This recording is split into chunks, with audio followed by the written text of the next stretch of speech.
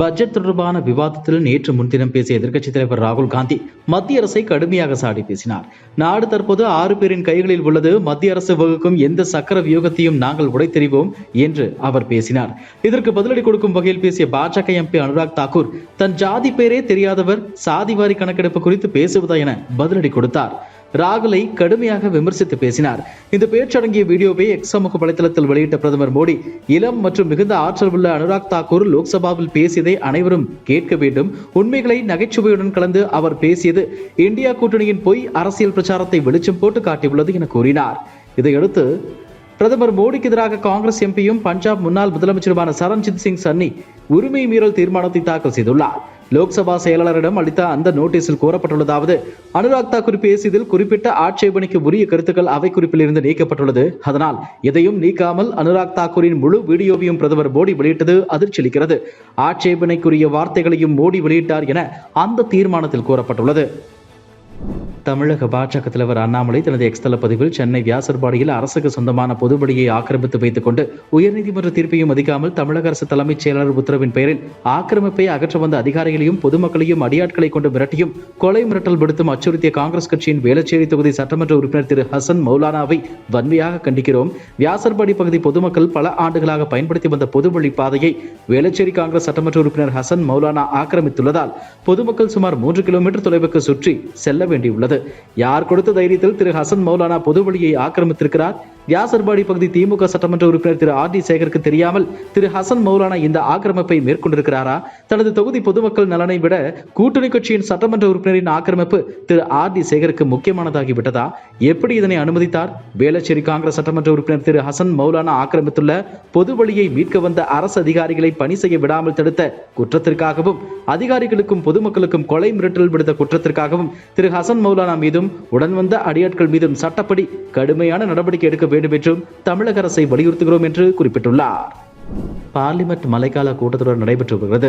கடந்த சில தினங்களுக்கு முன் லோக்சபாவில் பேசிய எதிர்க்கட்சித் தலைவரும் காங்கிரஸ் எம்பியுமான ராகுல், அதிகார மையமாக பிரதமர், அமித்ஷா, மோகன் பகவத், சிபிஐ, வருமான வரித்துறை, அமலாக்கத்துறை போன்ற அமைப்புகள், அரசியல் அதிகாரம், இந்த மூன்றும் சேர்த்துதான் சக்கர வியூகத்துடைய அதிகார மைய அம்சங்களாக நாட்டை சீரழித்துக் கொண்டிருக்கின்றன.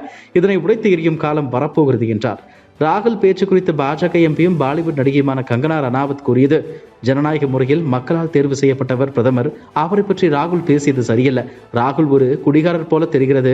மது அல்லது போதைப் பொருளை பயன்படுத்தி பார்லிமென்ட்டுக்குள் வருகிறாரா என்ற சந்தேகம் ஏற்பட்டுள்ளது.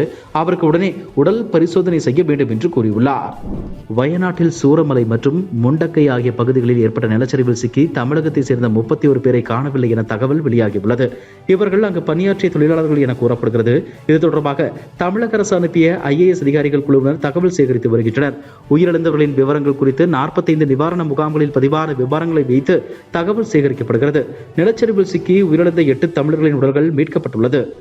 மயிலாடுதுறையில் விடுதலை சிறுத்தைகள் கட்சித் தலைவர் திருமாவளவன் தலைமையில் 2003ஆம் ஆண்டு மதமாற்று தடை சட்டத்தை கண்டித்து பேரணி நடைபெற்றது.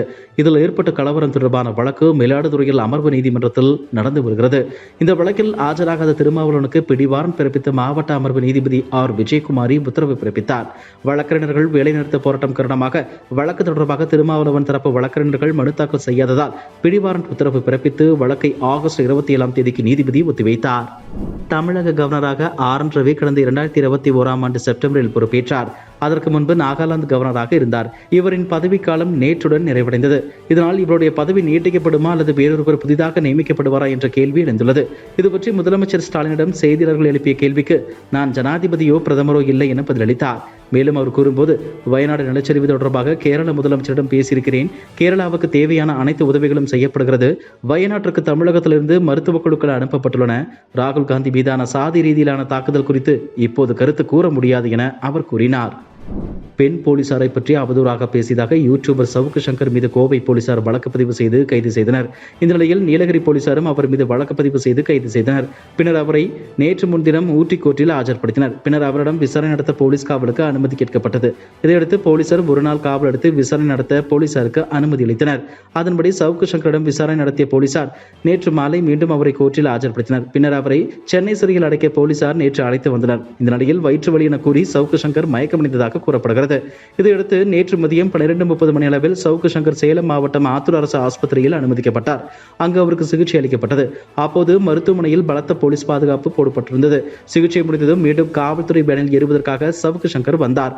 அப்போது வேனில் இருந்தபடியே என் கைதுக்கு உதயநிதி தான் காரணம், உதயநிதி உத்தரவின் பேரில் என் மீது மீண்டும் பொய் வழக்கு போட்டு கைது செய்து வருகின்றனர் என தெரிவித்தார்.